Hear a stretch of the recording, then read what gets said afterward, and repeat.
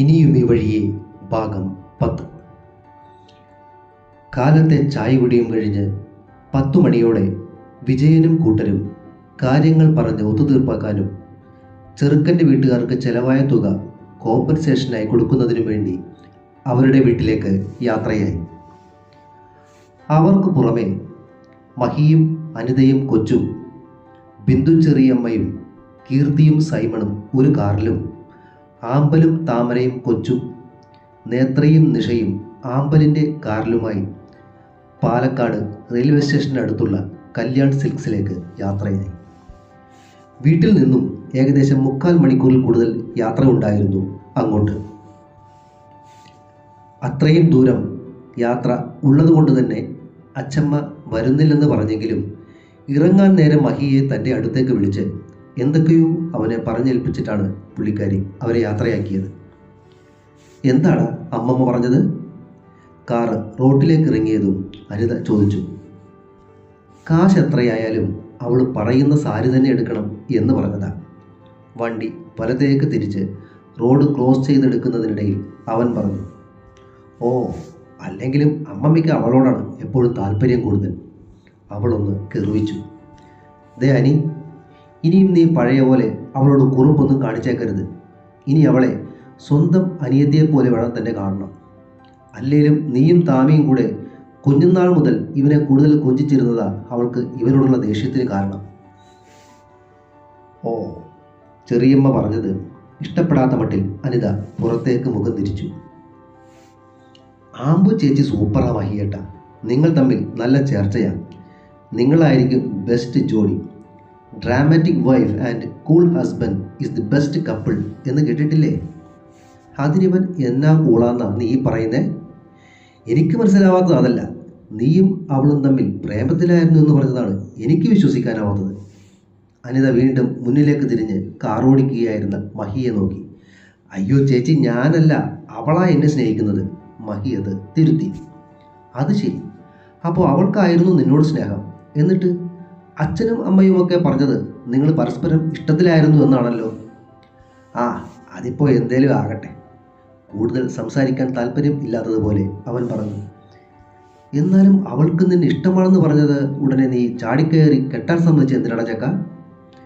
ഞാൻ മനസ്സിലാക്കിയിടത്തോളം നിനക്ക് അവളെ കണ്ടാൽ കണ്ടുകൂടാത്തതല്ലേ?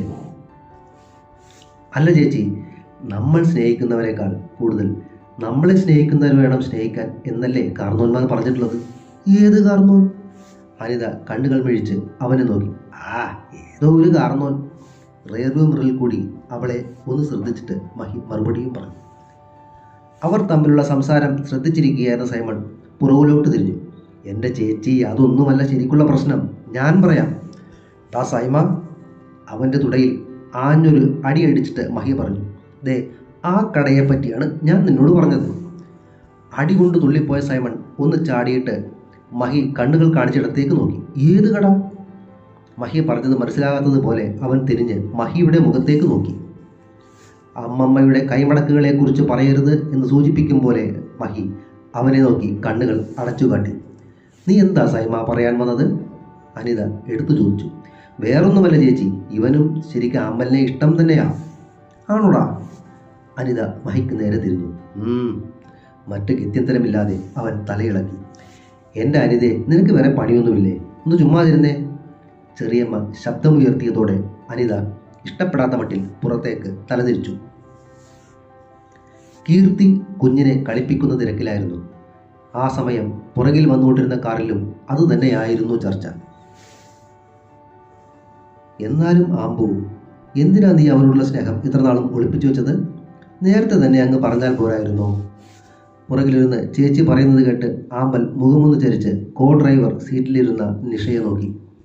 പൊട്ടി വന്ന ചിരി മറ്റാരും കാണാതിരിക്കാൻ അവൾ വാപുത്തിപ്പിടിച്ച് പുറത്തേക്ക് നോക്കിയിരിക്കുകയായിരുന്നു.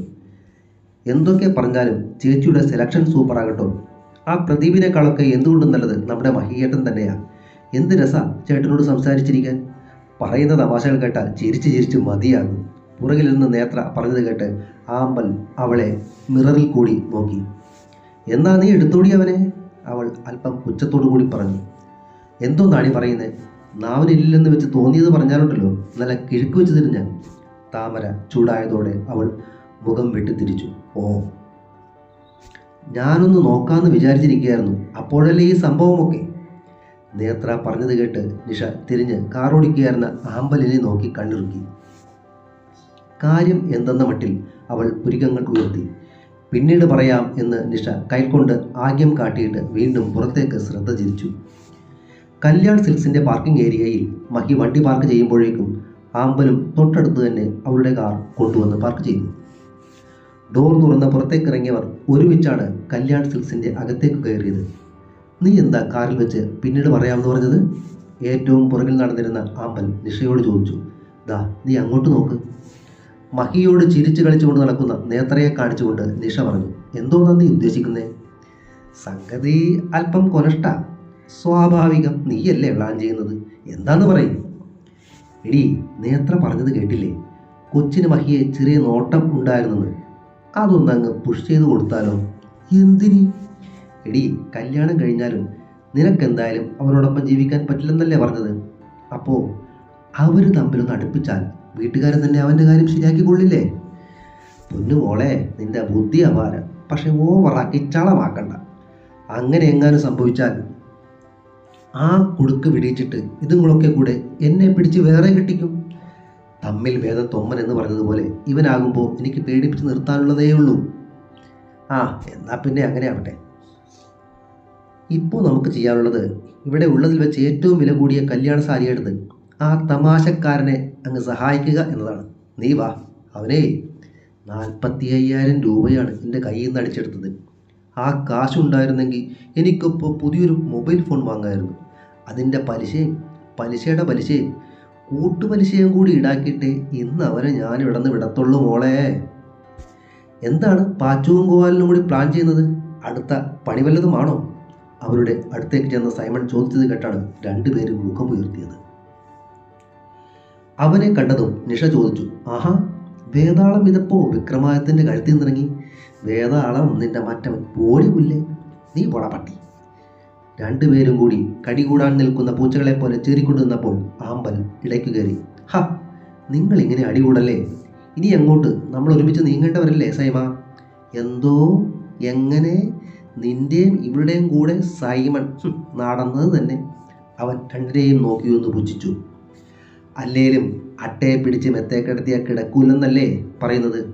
നിഷ അവനെ നോക്കി ചിറി കൂട്ടി. നീയാണോ മെത്ത? എന്നാ വേണേ ഒരു കൈ നോക്കാം. ദേ, എൻ്റെ വായിരിക്കണ വല്ലതും കേൾക്കണ്ടെങ്കിൽ മുന്നിൽ നിന്ന് പോയിക്കോ. നിഷയുടെ ശബ്ദം ഉയർന്നതും മുന്നിൽ നടന്നിരുന്നവരെല്ലാം തിരിഞ്ഞു നിന്നു. അതോടെ അവൾ ഡിസൻ്റായി ആമ്പലിൻ്റെ കൈയും പിടിച്ച് മുന്നോട്ട് നടന്നു. തുടരും.